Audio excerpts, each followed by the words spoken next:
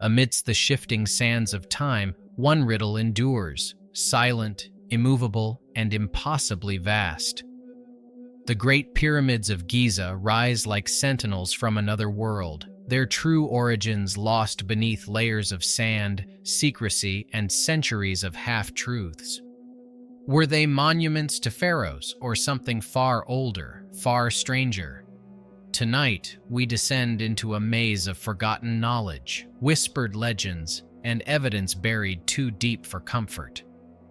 Because what if history isn't wrong, just edited? What if the truth was never meant to be found? Like and subscribe if you're ready to uncover the unknown. Welcome to HP Unsolved Mysteries. If this story sparks your deepest curiosity, don't forget to like, share, subscribe, and leave a comment below with your own mysterious thoughts. Tonight, we descend into the ancient sands of Egypt, where stories buried under limestone might just rattle your sense of history. You stand on the Giza plateau, wind brushing across your face, carrying whispers of 1,000 lifetimes. Before you, the Great Pyramid towers, not just a monument, but a contradiction. Its clean edges slice the horizon like geometry drawn by a machine, not men. And behind that perfection, a question flickers. Who really built this? You've been told the story since childhood. Pharaoh Khufu, power-hungry king, worshipped as a god, commanded the construction of the Great Pyramid around 2600 BCE. Tens of thousands of slaves hauled massive limestone blocks beneath the burning sun, whipped into submission, dying by the hundreds. Right? Well, not exactly. So, before you get comfortable, take a moment to like the video and subscribe, but only if you genuinely enjoy what I do here. And let me know where you're tuning in from and what time it is for you, because in ancient Egypt, time might not tick the same way. Now dim the lights, maybe turn on a fan for that soft background hum, and let's ease into tonight's journey together. You squint at that pyramid again. Something's off. Not just the scale, though it's huge. Not just the alignment, though it's freakishly precise. It's the narrative. The official story is so neat, so tidy, it starts to feel more like propaganda than truth.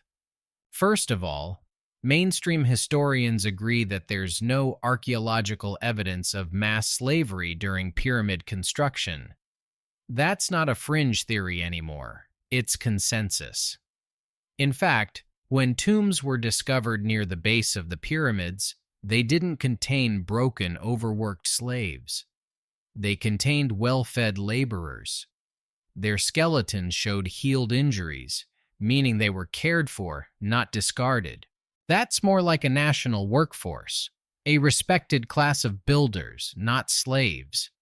Kind of like the ancient version of civil engineers, with less coffee and more sunstroke. And here's where it gets weird. These workers weren't just dragging stones. They lived in specially constructed villages nearby, with access to fresh water, meat, beer, and medical care. Their barracks had drainage systems. There were bakeries, storage silos, and, wait for it, supply chain records written on ancient papyrus. You're basically looking at a 4,500-year-old logistics hub. And yet this isn't what you see in textbooks or movies. Hollywood loves the slave narrative, maybe because it's dramatic, maybe because it's simple, maybe because the truth is harder to package. Historians still argue whether this organized labor system was truly voluntary or whether it was just slavery with extra rations and a PR team. But one thing's clear, the whips and chains image, that might be ancient fake news. Let's talk about the numbers for a second. The Great Pyramid is made of over 2 million blocks, weighing between 2.5 and 15 tons each. Try moving just one of those with a crew of friends and a rope. Now multiply that by millions and place each block with sub-millimeter accuracy. Still think it was done by untrained villagers with sleds and determination? Even with modern cranes, we'd have a tough time replicating it on that scale today, especially in just 20 years. which is the supposed construction timeline. That's 800 blocks per day. That's more than one every 2 minutes, 24/7 with no errors for 2 decades. You can't even get your Wi-Fi to stay connected for that long. So how did they do it? Quirky fact incoming. Herodotus, the famous Greek historian, visited Egypt centuries after the pyramids were built. He asked locals how the structures were made, and even they didn't know. Their own ancestors were baffled. The Egyptians of 500 BCE considered the pyramids ancient mysteries too. That's like someone today visiting Stonehenge and saying, I don't know, the Romans must have had a big party. This isn't just a gap in records, it's a black hole. Now remember that pyramid alignment I mentioned earlier? Here's where it starts to feel like a riddle. The Great Pyramid is almost perfectly aligned to true north, with an error of just 3/60ths of a degree. That's better than most compasses today. How did they do that with no GPS, no satellites, no Google Maps? No one knows. Even the best guesses, shadow tracking, star alignments, feel like wild shots in the dark. It's like someone knew things they weren't supposed to know yet. And as you stand there, brushing your fingers across ancient stone blocks, you start to get that feeling in your spine. Not fear, not awe, just doubt. Because something about this story doesn't add up. You've heard tales of lost civilizations, whispers of forbidden technology, and maybe even mutterings of something not quite human lending a hand. But that's for later. For now, you're still here in the sand, squinting at the monuments we pretend to understand. And the deeper you go, the more you realize Egypt didn't bury its secrets. It built them. The sun shifts a few degrees across the Egyptian sky, and suddenly every shadow on the pyramid walls seems to move in unison, like a sundial tracking something older than time itself. You step closer, trailing your hand along the stone, and pause when your fingertips graze something unexpected. A faint groove. Not a natural crack. Not erosion. A mark. Precise, deliberate, maybe even functional. Which brings us to the next big question. How did the ancients carve and move stone with such impossible accuracy? You've probably seen the classic image. Dozens of workers pulling a stone block with ropes over wooden sleds, grunting and sweating. It's a simple explanation. Too simple. Because here's the kicker. Egyptian stoneworkers were carving into granite, not just limestone. And granite is tough, like really tough. It ranks about 6 to 7 on the Mohs scale of hardness. For comparison, iron tools, what the ancient Egyptians supposedly used, rate around 4. So how exactly do you carve a material harder than your tools? Mainstream archaeologists offer the copper saw theory, suggesting they used copper saws with sand as an abrasive. Sure, it's plausible for soft stone, but we're talking about massive granite sarcophagi with perfectly smooth interiors and laser-straight lines. Some have been measured with tolerances comparable to modern machining. You're standing in front of one now, and your flashlight beam doesn't flicker across ridges or imperfections. It's that smooth. Historians still argue whether ancient Egyptians had access to lost techniques, possibly involving vibrational cutting or primitive sonic tools. Fringe theorists suggest the Egyptians had help, either from a forgotten high-tech civilization or from sources a little more off-world.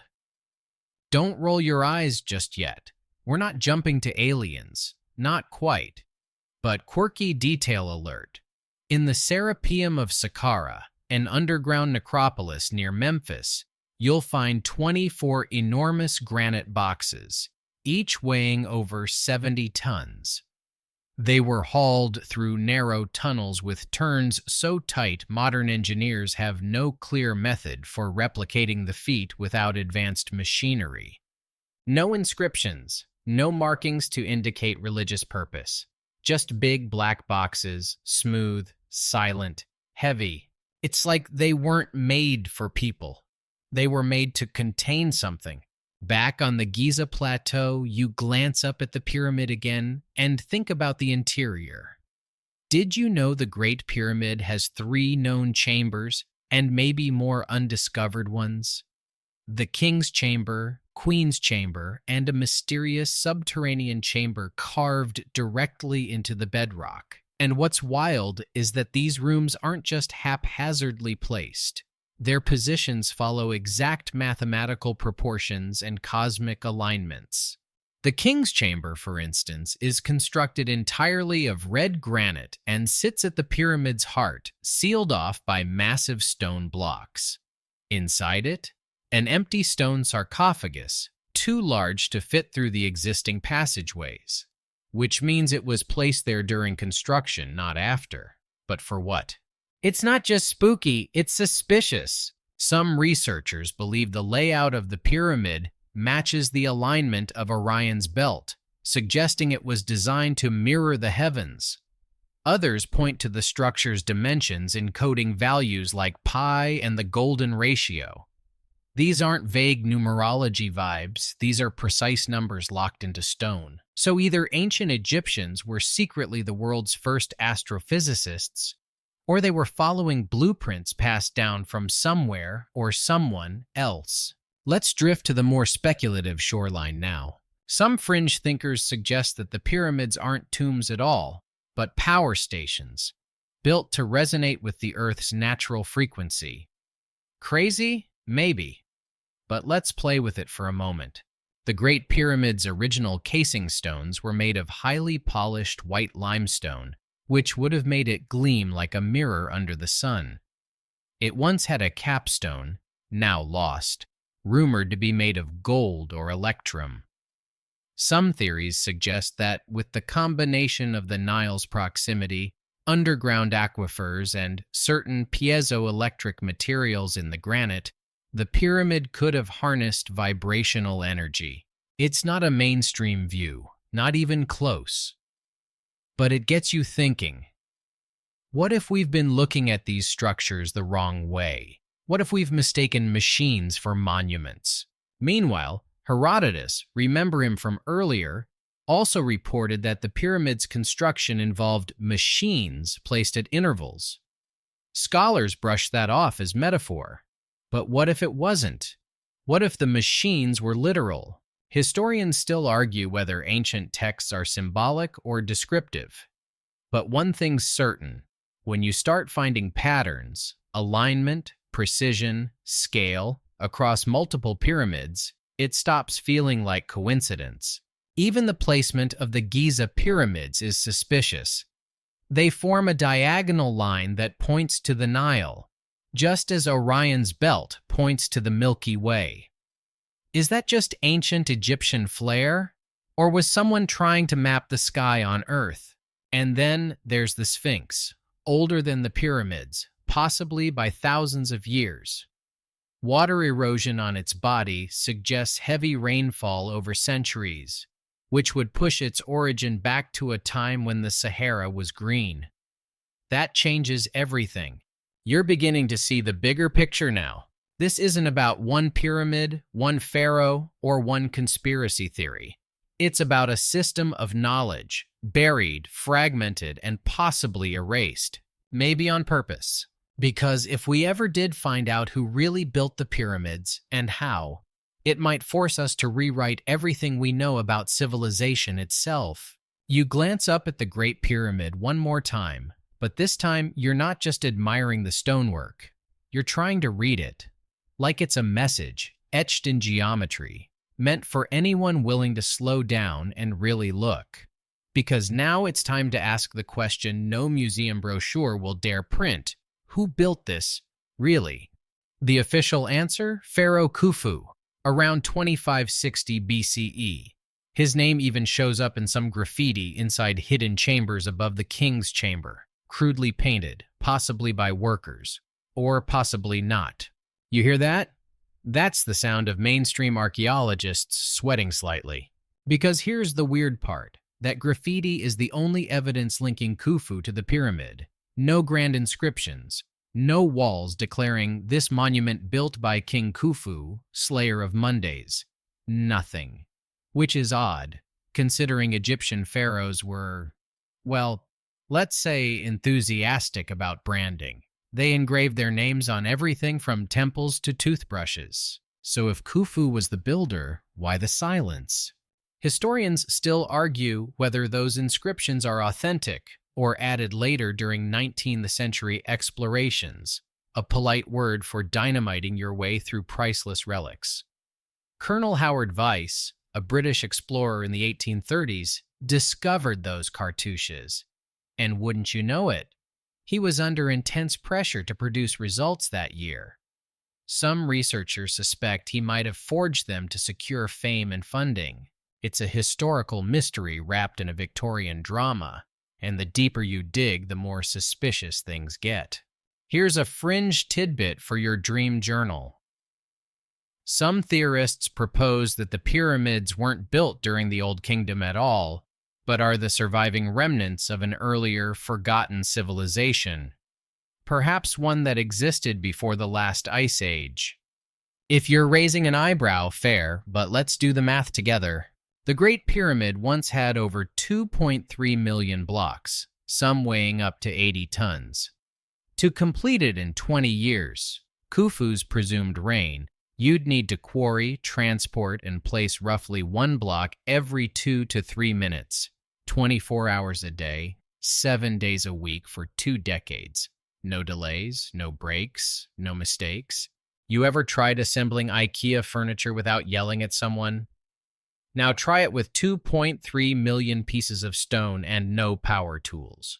See the problem? Sure, slave labor might come to mind.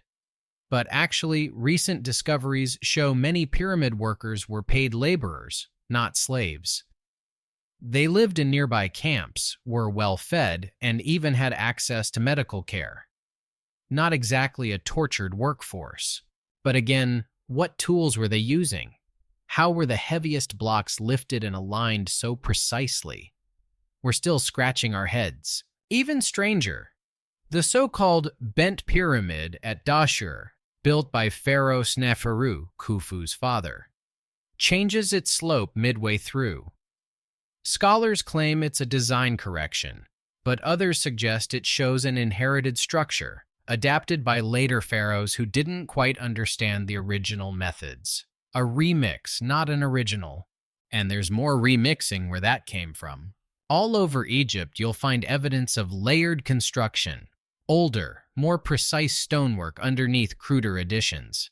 It's like watching someone try to restore an ancient machine with duct tape and good intentions. In places like Abydos and Karnak, you'll find blocks so finely cut they fit together without mortar, and above them, rougher, less precise additions from later dynasties. One stone speaks of lasers, the next of chisels. So who was building that first layer? Some whisper about a lost culture, possibly connected to Plato's Atlantis. Not a mythical underwater palace, but an advanced civilization that thrived during the last warm period, before a cataclysm reset the world. That's where the Younger Dryas theory comes in, suggesting that a comet impact around 12,800 years ago caused massive flooding and climate chaos. Sound familiar? Because if such a civilization existed, and they left knowledge behind, it would make sense for their wisdom to be buried, encoded in structures designed to outlast time itself. Pyramids, monoliths, alignments with stars, not for the gods, but for us. You stand at the base of the pyramid, the air still, your thoughts louder than the wind. It's not just stone you're looking at, it's intent, precision, and maybe memory. Let's throw in one last twist. Some of the earliest myths from across the globe describe sky people, shining ones, or beings from the stars who taught humans agriculture, astronomy, and sacred geometry. In Egypt, they had Thoth. In Mesopotamia, it was the Apkallu. In Mesoamerica, Quetzalcoatl. Different names, same pattern. Now, we're not saying aliens, but someone or something seems to have dropped breadcrumbs across multiple ancient cultures. And Egypt might just be where they left the biggest one. So who built the pyramids? Maybe it wasn't a who at all. Maybe it was a collective effort, part human, part inherited knowledge, part something we can't name yet. And maybe the reason we can't figure it out is because we're still using the wrong lens.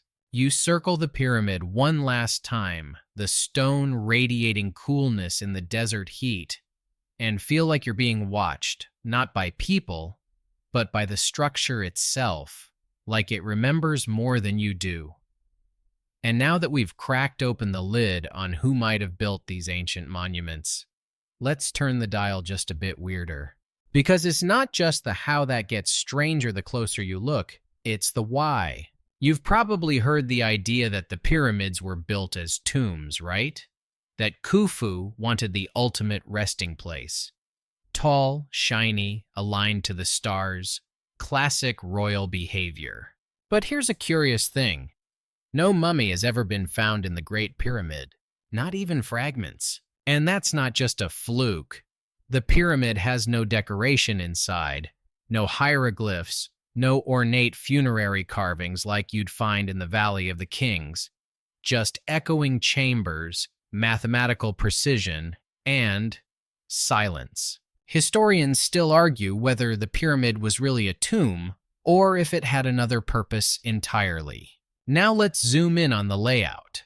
The internal passageways are so precisely carved with sharp angles and narrow shafts that some researchers suggest they weren't for transporting bodies, but energy.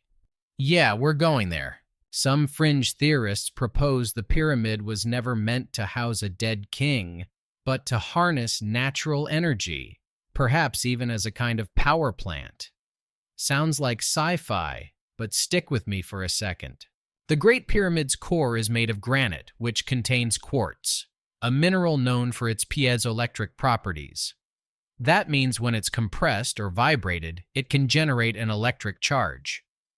Now imagine thousands of tons of granite, aligned with magnetic north, sitting atop underground aquifers. Still think it's just a fancy grave? Add to that the king's chamber, where granite beams are arranged in a 5-layered relieving system that might actually have been designed to amplify vibrations, not relieve structural stress.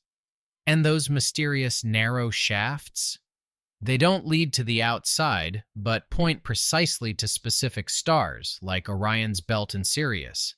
Suddenly, you're not standing in a tomb, you're inside a machine. One fringe researcher even recreated a scaled-down model of the pyramid using similar materials.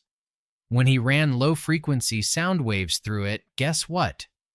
The chamber began to resonate, just like a tuning fork. Coincidence? Maybe. Or maybe we're dealing with something ancient science once understood, then forgot. But if it was a power plant, who was it built for?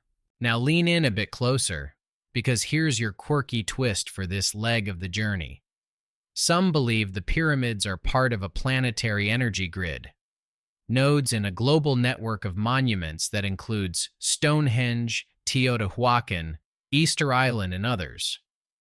All connected by ley lines, those invisible paths of geomagnetic power that crisscross the globe like an ancient Wi-Fi system.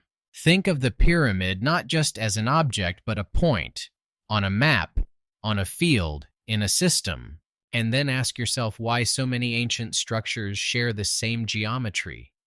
Why so many cultures who supposedly never met all used the same sacred triangle, the same golden ratios, the same astronomical alignments? It's as if they were working off the same blueprint. And maybe they were. Imagine a shared global culture, thousands of years ago, whose knowledge outpaced even our current understanding of materials, sound, and energy. A civilization that wasn't building for gods or kings, but for function, hiding technology in stone. And maybe Egypt is where they left their most durable message. Still skeptical? Fair. Let's talk water. Recent studies have shown erosion marks on the Sphinx, deep vertical grooves, like those carved by heavy rainfall. But here's the kicker. Egypt hasn't had that kind of rainfall in over 7,000 years. If the erosion is legit, it means the Sphinx, and possibly the pyramids, are much older than we think. That throws the entire timeline of ancient Egypt into disarray. And that means either 1, someone before the pharaohs built it, or 2, there were forces at play we've completely misunderstood. Because let's be honest, when you build a structure that still stands after 4,500 years, with tolerances tighter than a Swiss watch, you're not just flexing your biceps. You're embedding knowledge.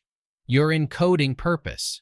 It might be a tomb, it might be a power plant, it might be both or something else entirely, but what it definitely isn't is ordinary.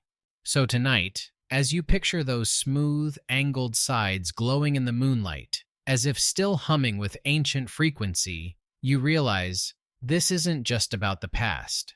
It's about perspective, about asking questions we stopped asking too long ago, and wondering what else might be hiding in plain sight. Now imagine you're back in Giza again.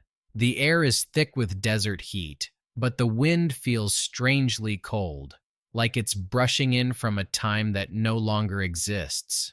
You tilt your head, watching the sun fall behind the limestone, casting long, sharp shadows over the sand, and you realize this isn't the end of a mystery. It's just the beginning. Because here's the biggest twist of all. What if the pyramids weren't built by one civilization? What if they were inherited?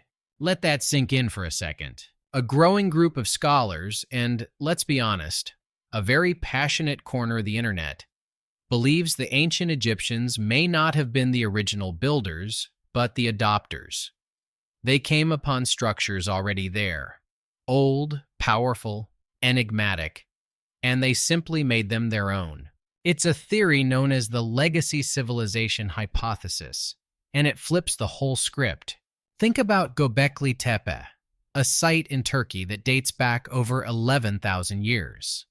Monumental stone circles, predating Stonehenge by 6,000 years, built by people who supposedly didn't have agriculture yet.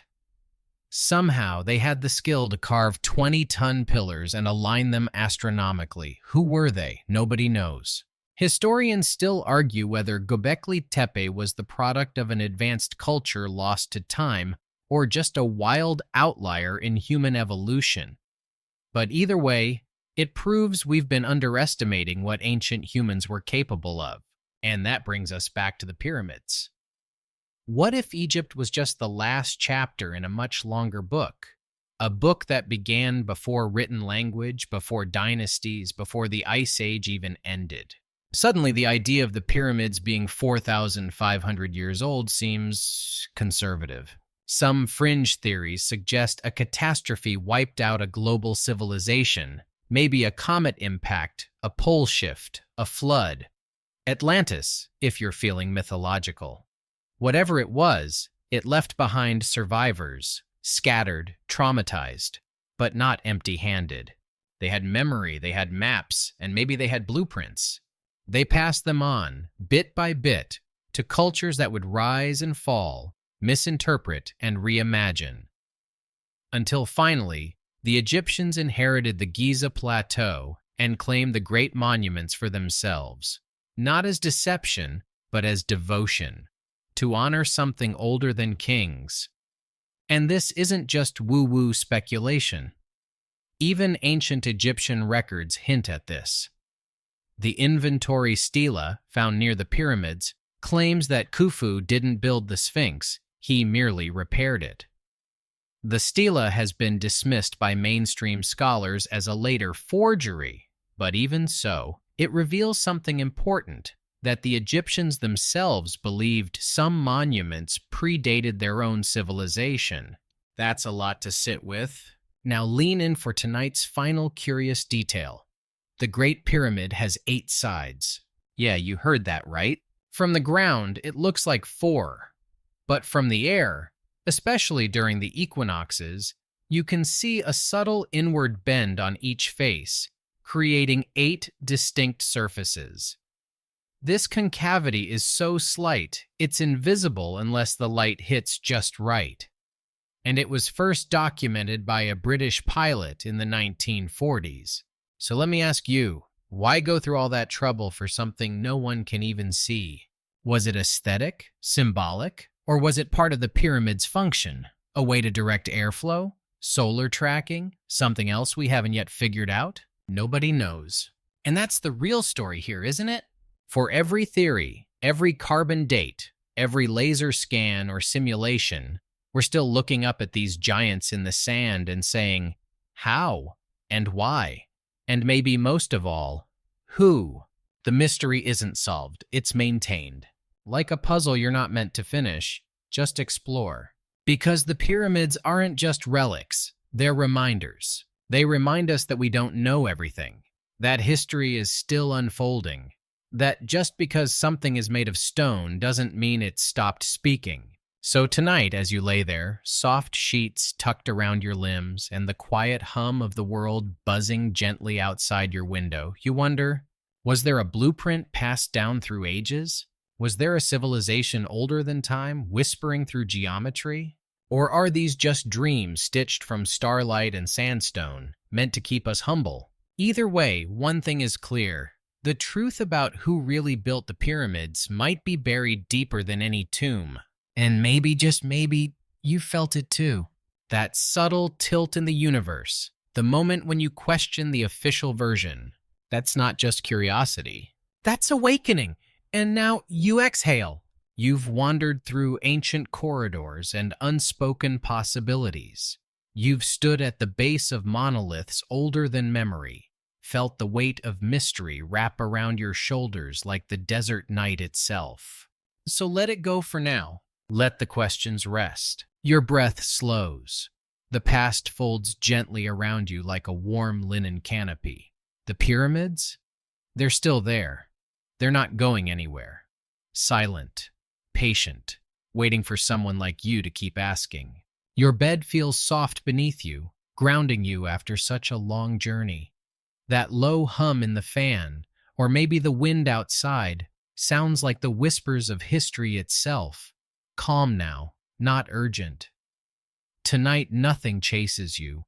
No secrets demand solving. The mystery will still be here. So close your eyes. Picture that moonlit plateau, the stars above, the sand stretching to the horizon, cool and endless. You are safe, you are held, you are part of something vast. And whatever truth lies buried beneath that stone, tonight it lets you sleep. Drift now. The desert is quiet, the watchers have turned away, the echoes have softened. Your story can pause. For now.